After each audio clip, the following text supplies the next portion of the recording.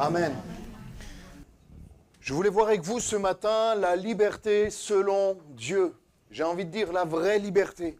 Parce qu'il y a une fausse liberté. Il y a une liberté que l'on pense aujourd'hui étant comme une liberté absolue, une liberté de mouvement, une liberté, comme chantait quelqu'un, de penser, une liberté de dire ce que l'on veut, de faire ce que l'on veut, d'aller où l'on veut, si l'on veut et avec qui l'on veut.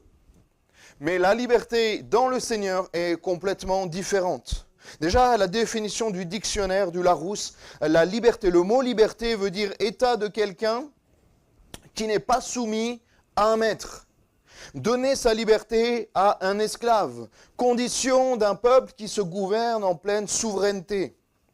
Ça veut dire qu'il décide de son avenir, de ses lois, de ce qu'elle veut faire ou de ne pas faire. Affranchissement, autonomie, indépendance. Et ce matin, on va voir que la liberté selon Dieu n'est pas comme la liberté de ce monde, comme la liberté qu'on a décrite et qu'on a vue dans cette définition. Et on pourrait croire que la liberté, c'est une totale indépendance, mais la liberté est dans notre Seigneur Jésus-Christ. La liberté en Jésus résulte du fait justement de se soumettre à sa volonté et de lui appartenir. C'est contradictoire. Parce qu'on a lu la définition du Larousse, la liberté est le fait de ne pas avoir de maître, de ne pas se soumettre à un maître. Et Dieu nous dit dans sa parole, et notamment dans Jean 8, verset 30, que c'est en se soumettant, en appartenant à Dieu, qu'on est libre, réellement libre. Amen. On le lit ensemble pour ceux qui ont la Bible. Comme Jésus parlait ainsi, plusieurs crurent en lui. Et il dit aux Juifs qui avaient cru en lui, « Si vous demeurez dans ma parole, vous êtes vraiment mes disciples. Vous connaîtrez la vérité vous affranchira. » Ils lui répondirent, « Nous sommes la postérité d'Abraham et nous ne fûmes jamais esclaves de personne. Comment dis-tu, vous devriez être libres ? En vérité, je vous le dis, leur répliqua Jésus, quiconque se livre au péché est esclave du péché. Or, l'esclave ne demeure pas toujours dans la maison. Le Fils y demeure toujours. Si donc le Fils vous affranchit, vous serez réellement libre. Ça veut dire qu'on peut être faussement libre. Ça veut dire qu'il y a une liberté qui n'est pas la liberté selon Dieu. Ça veut dire qu'il y a une liberté qui n'est pas vraiment une liberté parce que si Dieu nous dit que nous sommes réellement libres, ça veut dire que la vraie liberté se trouve qu'en Jésus-Christ. Amen. Pour ceux qui ont expérimenté cette grâce, et Charles nous en a parlé, il y a une différence entre la liberté du monde et la liberté en Jésus. Et ce matin, si tu ne l'as pas expérimenté, si tu ne connais pas cela, peut-être que ton regard va changer sur le fait d'être libre. Et je vais t'inviter, et nous t'invitons, et la parole de Dieu t'invite à revoir peut-être ce concept de liberté, qui est peut-être erroné ou qui est comme ce monde l'annonce, mais la Bible nous parle d'autre chose. Dans l'Ancien Testament et dans la parole de Dieu, quand un peuple perdait une bataille, une guerre, elle était souvent détruite ou rendue en esclavage. Les hommes travaillaient aux travaux physiques pour construire, porter, déplacer. Les femmes aussi étaient réduites au rang d'esclaves. Mais Jésus a gagné la guerre. Amen. Et en gagnant la guerre, il nous a donné la liberté. C'est dans la défaite qu'il y avait l'esclavage, mais dans la victoire, il y a la liberté. Et c'est une guerre, bien sûr, spirituelle. Une guerre non pas contre la chair et le sang, contre ceux qui peuvent s'en prendre à notre corps, mais une guerre spirituelle contre les puissances des ténèbres et contre le pouvoir du péché et de la mort. Amen. Dans la Bible, lorsqu'il est question de liberté, elle suppose qu'il y a un emprisonnement avant où il y avait une absence notamment de liberté. Dans l'Ancien Testament, on parle d'une liberté physique, une liberté de mouvement, un peu comme le monde en parle aujourd'hui. On pourrait dire que le Nouveau Testament nous parle plus d'une liberté spirituelle. Une liberté, non pas de mouvement, mais une liberté dans le Seigneur. Et la véritable liberté n'est pas, comme je le disais, de faire ce que l'on veut. La véritable liberté, c'est quand toi, homme, femme, mais surtout créature de Dieu, est réconcilié avec ton Créateur. Quand la connexion est rétablie, j'aimais à dire, je crois que je l'ai dit mardi ou un vendredi, Jésus est un électricien. Gabi, c'est une phrase que tu aurais pu sortir, ça. Gabi est un électricien, pourquoi ? Parce qu'il a rétabli la lumière. Il a rétabli la connexion. Comme si une prise que vous branchiez, la lampe ne s'allume pas parce que le fil est coupé.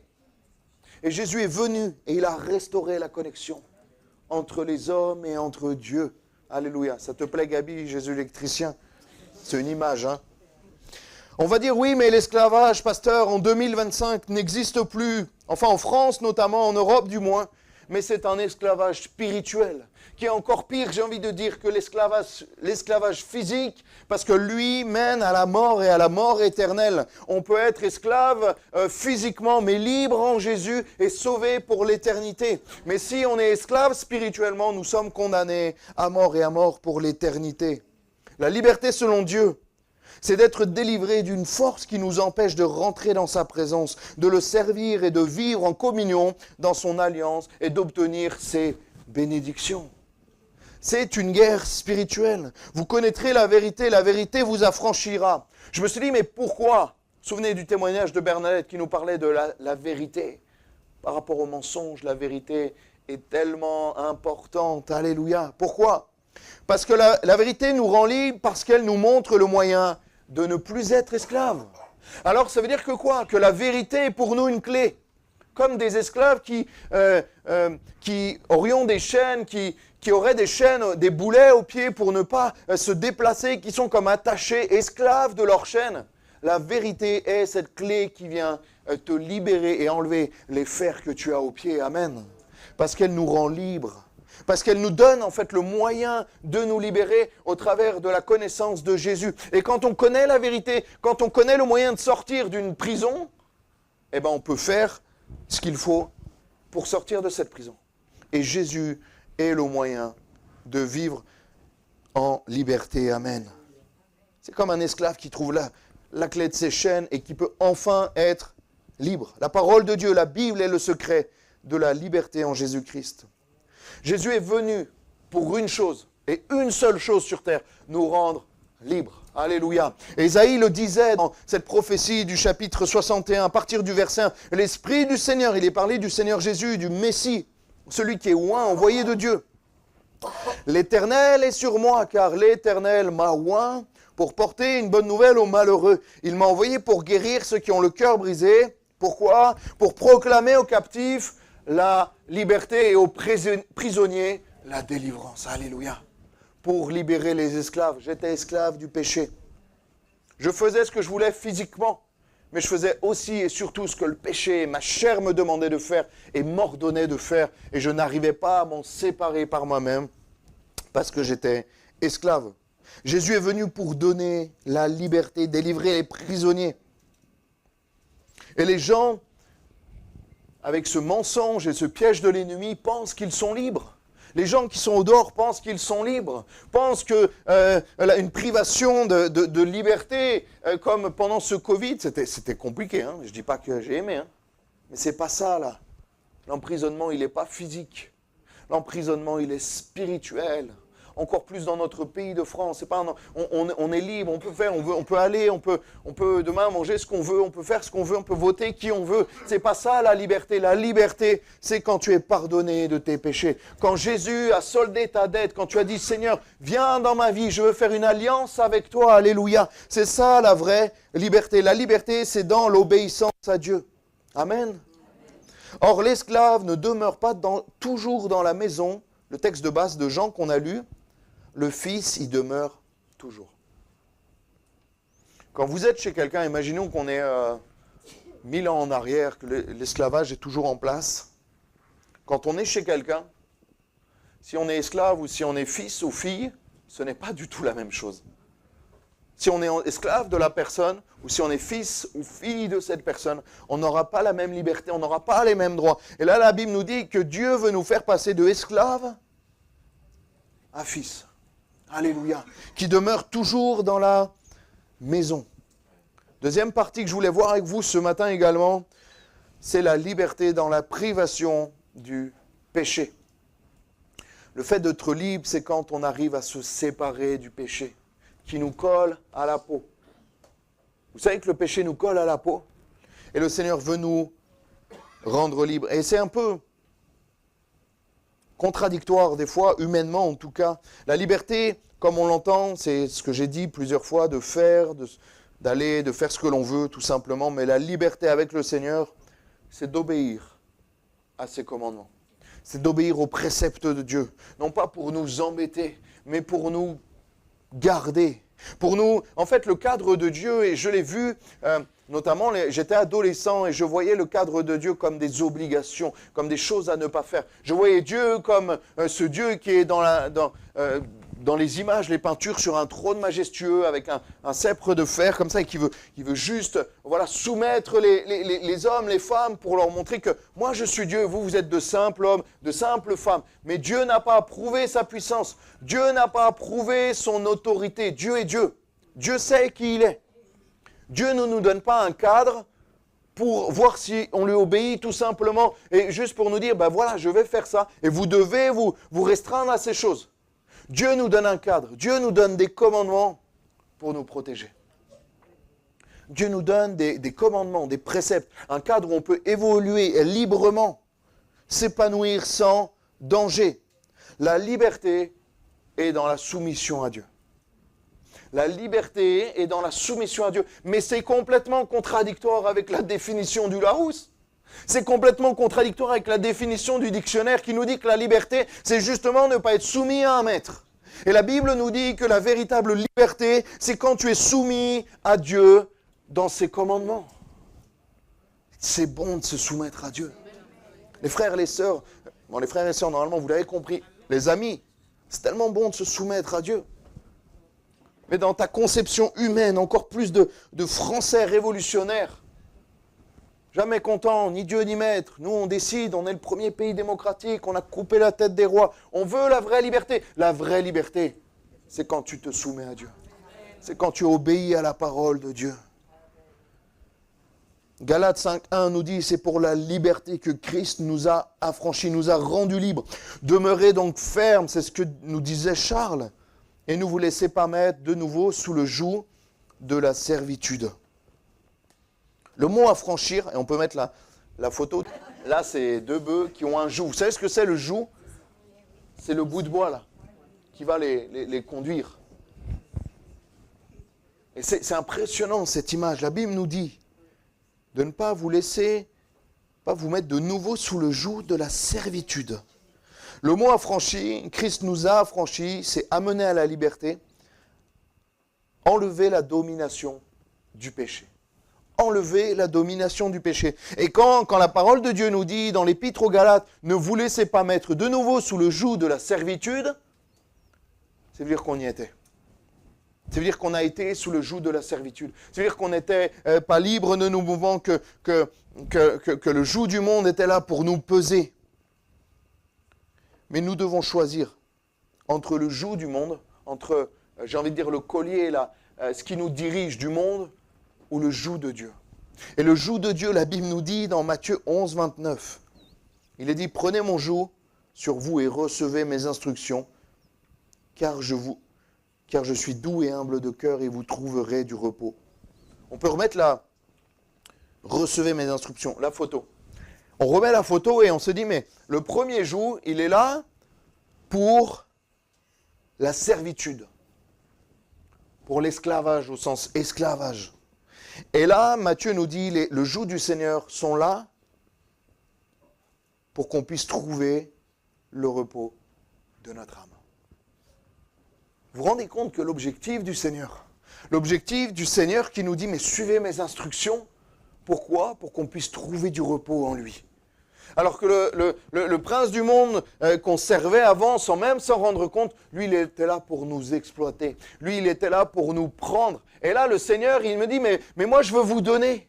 Moi, je vous donne du repos. Je vous donne le repos de votre âme. Alléluia. Il nous met un joug, non pas pour nous exploiter, nous frapper, pour que l'on avance, mais pour qu'on soit libre. Alléluia. Là où le joug est censé être là pour le travail, celui du Seigneur est là pour nous donner du repos. Parce qu'il nous aide à rester sur le bon chemin, le bon sillon, pour nous mener, j'ai envie de dire, dans de verts pâturages. Amen. Romains 6, 22 nous dit, mais maintenant, étant affranchis du péché et devenus esclaves de Dieu. Moi, je revendique être un esclave, un serviteur de Dieu. Je revendique d'être un enfant de Dieu. Et ce que Dieu me dit, je le fais et j'essaye de lui obéir le plus possible parce que je sais que tout ce qu'il me demande, c'est pour mon bien. Tout ce qu'il me demande. Dieu est autosuffisant, les amis, les frères et sœurs. Dieu n'a pas besoin de nous dans son ciel. Dieu ne s'ennuie pas sans nous. Dieu n'a pas besoin. Nous, des fois, on est seuls, on est un peu triste, on a besoin de voir du monde. Dieu, il n'a pas ce problème-là. Dieu, dans son ciel de gloire, il a les anges qui chantent, il est bien, en fait. Dieu, il a besoin de personne, il est bien tout seul. Mais il nous aime tellement qu'il a voulu qu'on soit dans son ciel de gloire. Donc, tous les commandements que Dieu te dit, c'est pour ton bien à toi. C'est dans ton intérêt à toi. C'est pas dans son intérêt à lui, c'est dans ton intérêt à toi. Même l'adoration, Dieu nous dit, adore-moi. Mais même l'adoration, elle nous est bénéfique aussi à nous. Parce que quand on adore Dieu, on est rempli, on est renouvelé. Alléluia. Amen. Amen. Je ne sais plus où j'en suis. Ça va, vous êtes là? Amen. Et maintenant, étant affranchi du péché, devenu esclave, vous avez pour fruit la sainteté et pour fin la vie éternelle. Alléluia. Car le salaire du péché, c'est la mort, mais le don gratuit de Dieu, c'est la vie éternelle en Jésus-Christ notre Seigneur. Être esclave de Dieu, c'est le seul moyen d'être sauvé. Amen. Et on est choqué de dire ça, mais c'est la vérité. C'est la pure vérité. Et les personnes qui se disent, mais moi je ne veux pas obéir, je ne veux pas avoir de loi, je ne veux pas avoir de cadre, je ne veux pas... c'est contraignant, être chrétien, c'est pas pour moi, je l'ai déjà entendu. C'est trop dur de ne pas faire ça, de ne pas faire ci, de ne pas faire... Mais tous ces commandements sont là pour ton bien, mon ami. Et ces personnes qui me disent, mais moi je préfère être libre. Je préfère être libre le dimanche matin, je préfère dormir. Je préfère faire ce que je veux. Mais mon ami, tu n'es pas libre, tu es esclave du péché. Parce que, en fait, naturellement, si tu n'es pas en Jésus-Christ, tu es esclave du péché. Non, mais moi je suis libre, je ne suis pas dans le péché, tu es dans le péché. Si tu n'as pas Jésus dans ta vie, laisse-moi te dire, je suis désolé, hein. Il y a des églises où c'est un peu plus simple, mais là on prêche la parole de Dieu. Hein. Si tu n'es pas en Jésus-Christ, tu es esclave du péché. Et même un petit péché te rend esclave. Les hommes ne réalisent pas leur esclavage, ne se rendent pas compte que leur liberté est qu'une illusion et que temporaire. Nous sommes la postérité d'Abraham dans le texte de Jean qu'on a lu à la base. Et nous ne fûmes, ça veut dire qu'on n'a jamais été esclaves de personne. Ça, c'est les pharisiens. Ils vont dire, mais pourquoi tu nous dis d'être libres, Jésus, pourquoi tu nous dis d'être libres? Parce qu'eux aussi, ils étaient dans le péché. La finalité du péché, c'est quoi? La mort. Jacques 1, 14 nous dit, mais chacun est tenté quand il est attiré et amorcé par sa propre convoitise. Puis la convoitise, lorsqu'elle a conçu, enfante le péché. Et le péché étant consumé, produit la mort. C'est pour ça que nous devons en être libérés par Jésus-Christ. Le Seigneur te libère. La vraie liberté, c'est quand tu es libéré du péché. C'est-à-dire que c'est quand tu arrives à dominer le péché. C'est quand le Seigneur te donne la force de ne pas, en fait, être esclave de ta chair, de ton péché, qui te dit, fais ci, fais ça. Toutes les pulsions que tu as dans ton corps, dans tes pensées, dans tes envies charnelles. Eh bien, quand tu es réellement libre, c'est que tu arrives à dominer et que tu n'es pas obligé de faire ces choses-là pour te sentir bien. C'est ça la vraie liberté. La vraie liberté, c'est quand ta seule dépendance, elle est en Jésus-Christ. Ta seule obligation, ta seule dépendance, ta seule addiction, c'est Jésus-Christ. C'est ça la vraie liberté, alléluia. Parce que si nous n'avons pas Jésus, nous sommes esclaves du péché, liés et dominés par ce péché. Ésaïe 61, toujours, on l'a dit, le Seigneur est venu pour proclamer aux captifs la liberté et aux prisonniers la délivrance. Je veux revenir sur la puissance de la vérité aussi contre la puissance du mensonge qui veut nous faire croire que nous sommes libres et ce monde croit qu'il est libre, croit que le fait d'avoir une liberté de mouvement, de ne pas vivre dans un pays totalitaire avec un dictateur, c'est ça la vraie liberté. La liberté ne se trouve qu'en Jésus-Christ. La vraie liberté ne se trouve qu'en Jésus-Christ. Parce que même si ces personnes vont et font ce qu'elles veulent, elles se dirigent inlassablement vers les ténèbres. Et pour l'éternité. Et pour l'éternité. La vraie liberté se trouve en Jésus. Le péché, en fait, ne s'arrête pas juste à un petit péché. C'est comme le mensonge, le péché. Vous savez, le mensonge, vous en dites un, après vous devez en dire un deuxième et un troisième, et après tu te dis, je me suis lancé, et après c'est le plan de la Casa del Papel, là. Tu te dis, comment je vais faire pour ressortir de ça, maintenant que j'ai menti, et tu arrives à la fin et tu te dis, le premier, en fait, j'aurais dû dire la vérité, parce que là, je suis dans un truc.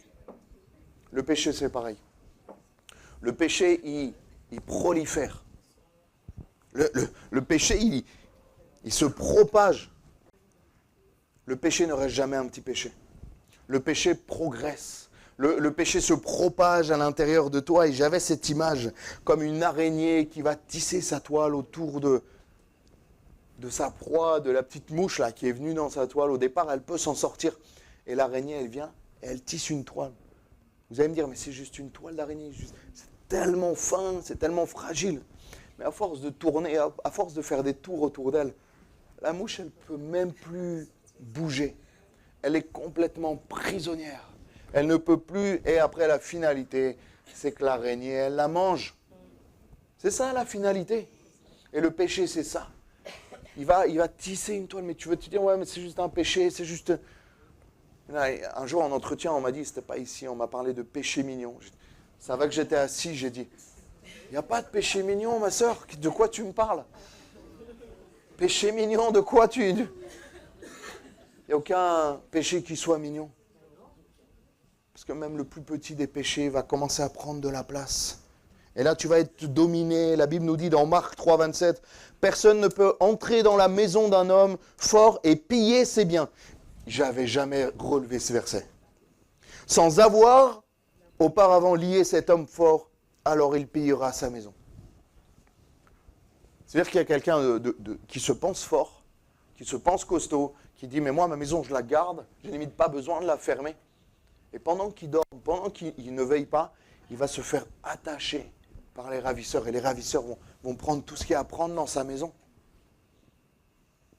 Et le diable veut faire pareil avec toi. Il veut te lier. Il veut être cette araignée qui vient tisser sa toile autour de toi. Et après te prendre tout ce que tu as. Le Seigneur nous donne sa paix. Mais le diable nous prend tout ce qu'on a. Et même ce qu'on n'a pas, il veut nous le prendre. Vraiment. Et il veut tisser sa toile autour de toi. Et après, tu n'es plus libre de tes mouvements, de moins en moins libre. Et tu vas être dominé. On parle des mouvements, mais c'est beaucoup plus fourbe que ça. Dominé par le péché. La colère prend le dessus. Combien j'ai de personnes qui, en entretien, me disent « Pasteur, mais j'ai de la haine, j'ai de la colère à l'intérieur de moi. J'ai des mauvaises pensées qui me viennent de choses qui sont graves. Et je n'arrive pas à dominer ces pensées. Je n'arrive pas à prendre le dessus et elle me domine. C'est la haine, c'est la colère. Certains, ils n'ont aucune maîtrise de soi. Ils peuvent s'agacer et même devenir violents, verbalement, physiquement, pour un rien. Parce que le péché a pris le dessus sur eux. Une addiction les domine. Que ce soit la cigarette, la drogue, l'alcool, la sexualité. On n'en parle pas souvent de la sexualité, mais il y a des gens qui sont addicts à ça. Parce que le but, si ce n'est pas dans le cadre de Dieu, le cadre du mariage, ça te déforme. Il y a combien de personnes, je ne veux pas vous mettre mal à l'aise, mais vous savez que je suis à l'aise. Elle était belle cette phrase. Il y a combien de personnes qui sont addictes à la sexualité, à la pornographie, à la masturbation? Combien? Je suis choqué dans les rassemblements de jeunesse. J'étais à Paris, je faisais un camp, il y a 2 ans, je faisais un camp de jeunesse et il y avait 70 ados, c'était à l'église, ton ancienne église Gaël de Paul et Tori à Paris, il y avait 70 ados et j'ai vu des jeunes venir et les 3/4 pour le même problème, des addictions de type sexuel. Des jeunes filles étaient liées par la pornographie. J'étais un peu naïf, moi je me dis, wow, c'est que les gars ça. Elle était liée, elle me dit, pasteur, j'arrive pas.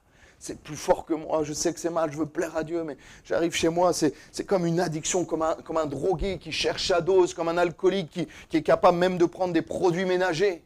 Parce qu'elle est dominée. À la base, c'était juste une petite vidéo, juste une petite photo. Et à la fin, ça la domine et ça la mange. J'étais interpellé par cette jeune. Et le Seigneur veut libérer de ces choses. Le Seigneur veut nous libérer.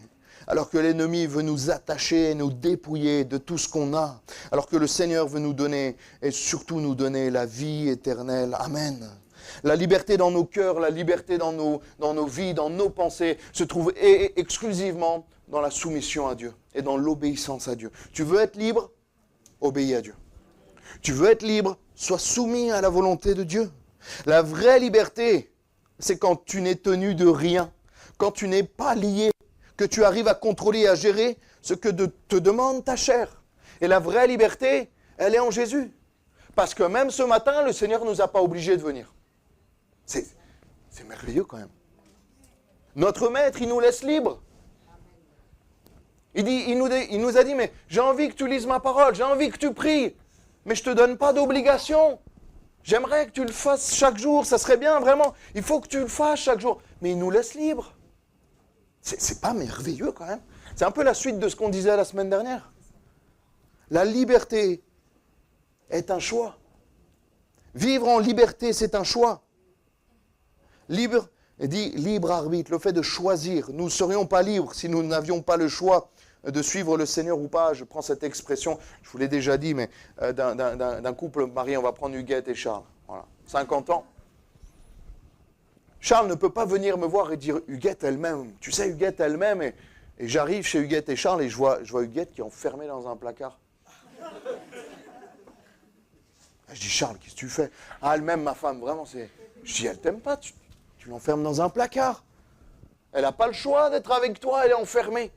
Et même dès le jardin d'Éden, Adam et Ève avaient le choix d'obéir à Dieu ou de ne pas obéir à Dieu. Et ce matin, tu as le choix. C'est ça la vraie liberté. Vous serez réellement libre, mais tu es réellement libre. Je suis réellement libre. Si je veux lâcher la main du Seigneur, je ne le ferai jamais. Que Dieu m'en garde. Si je veux arrêter le ministère, je suis libre de retourner dans mes... On est libre en Jésus-Christ parce qu'on a fait une alliance et pas un pacte. Certains font des pactes avec l'ennemi et ils ne sont plus libres. Mais nous faisons une alliance. Et le principe de l'alliance, c'est qu'elle s'enlève quand on veut. C'est ça la liberté en Jésus-Christ. Est-ce qu'on réalise la chance qu'on a d'appartenir? Mais quand tu as vraiment et véritablement goûté à la liberté en Jésus-Christ, à la grâce de Dieu, maman, tu as peur de perdre cette alliance. Tu as peur d'enlever. Tu as peur même de ce que tu pourrais faire qui pourrait briser ou faire du mal à cette alliance. Comme Adam et Ève avaient le choix de cet arbre de la connaissance, Dieu leur a laissé le choix de choisir Dieu ou pas au travers de la désobéissance. Et ce matin, en 2025, à Nice, à La Réunion, tu as le choix d'obéir à Dieu ou pas, ou de désobéir à Dieu en restant dans ton péché. Romains 8,5 nous dit « Ceux, en effet, qui vivent selon la chair, s'affectionnent aux choses de la chair, tandis que ceux qui vivent selon l'esprit s'affectionnent aux choses de l'esprit. » Et l'affection de la chair, c'est la mort, tandis que l'affection de l'esprit, c'est la vie et la paix. Ça veut dire qu'il y a deux catégories de personnes. Ceux, en effet, qui vivent selon la chair, et ceux qui vivent selon l'esprit. Comment vis-tu ce matin? Est-ce que tu vis selon la chair ou est-ce que tu vis selon l'esprit? Est-ce que tu vis selon ce que te demande ton cœur, les besoins, ton corps selon les besoins charnels? Tes pulsions, tes envies, ce qui te passe par la tête, tu le fais? Ou est-ce que tu vis selon l'esprit? Est-ce que tu as été régénéré? Parce que là, quand tu es régénéré, tes besoins, tes envies ne sont plus les mêmes. Tes envies, tes besoins collent à la volonté de Dieu parce que Christ vit en toi. Je ne dis pas qu'il n'y a pas de combat, je ne dis pas qu'il n'y a pas de tentation, mais le Seigneur nous rend libres, réellement libres. Romains 6, 17. Mais grâce soit rendue à Dieu, de ce qu'après avoir été esclaves du péché, ça c'est nous, ce qui marchons en Jésus-Christ, on était esclaves du péché, vous avez obéi de cœur. Ça veut dire que c'est un choix, vous avez choisi. Personne ne vous a forcé à être là, personne ne vous a forcé à vous faire baptiser, on vous a pas pris au dépourvu, on ne vous a pas baptisé enfant. Nous, il y a des préparations baptême, il y a des entretiens, est-ce que vraiment, on demande, il y a des témoins, est-ce que vraiment tu veux? Puis il faut le vouloir. Vous avez obéi de cœur à la règle de doctrine dans laquelle vous avez été instruite, la parole de Dieu. Ayant été affranchis, rendus libres du péché, vous êtes devenus esclaves de la justice. Alléluia. Je parle à la manière des hommes à cause de la faiblesse de votre chair. De même, donc, que vous avez livré vos membres comme esclaves de l'impureté. On l'était avant. Et on doit veiller à ne pas y être. Et à l'iniquité pour arriver à l'iniquité. Ainsi maintenant, livrez vos membres comme esclaves de la justice pour arriver à la sainteté. Soyons des esclaves de la justice. Soyons des esclaves du Seigneur qui veut que le bon pour nous. Alléluia. La liberté n'est pas une œuvre humaine, mais un don de Dieu dans lequel tu dois rentrer. La liberté n'est pas une œuvre, je le redis, la liberté n'est pas une œuvre humaine, mais un don de Dieu dans laquelle l'homme doit rentrer en étant réconcilié avec Dieu par le pardon de ses péchés. La liberté, c'est pas de toi. La véritable liberté, c'est pas en toi, tu peux pas la trouver c'est une grâce. Tu dois y rentrer en confiant ta vie au Seigneur. Tu veux goûter à cette liberté? Tu veux goûter à la vraie liberté? Sois réconcilié en Jésus-Christ. La liberté est une œuvre, non pas humaine, mais divine. Alléluia. 2 Corinthiens 5, 19. Car Dieu était en Christ, réconciliant le monde avec lui-même. En n'imputant point aux hommes leurs offenses, il a mis en nous la parole de la réconciliation. On va prier, on va demander au Seigneur sa grâce pour qu'on vive cette vraie liberté. Et cette pleine liberté, la liberté est un choix. Elle est conditionnée à notre fidélité à Dieu. Fidélité à Dieu égale liberté. Obéissance à Dieu égale liberté. Pardon des péchés égale liberté. Pour l'instant et jusqu'au ciel, nous devons nous efforcer de rester près de Dieu. On ne doit pas s'efforcer à être libre. Parce que la liberté, c'est une conséquence de notre proximité, de notre obéissance à Dieu. On ne s'efforce pas à être libre, on s'efforce à rester près du Seigneur. Et si on reste près du Seigneur, on est libre. Et au ciel, les amis, il n'y aura plus besoin de faire d'efforts. Il n'y aura plus besoin, ça sera naturel. Parce qu'on aura choisi. Ça découlera de nos choix ici-bas. Au ciel, on n'aura plus besoin de s'efforcer d'être près du Seigneur, on sera tout le temps près du Seigneur. Parce qu'on l'aura choisi dans maintenant le moment de liberté et le moment de grâce que Dieu nous donne. Amen. Seigneur, viens nous bénir, s'il te plaît.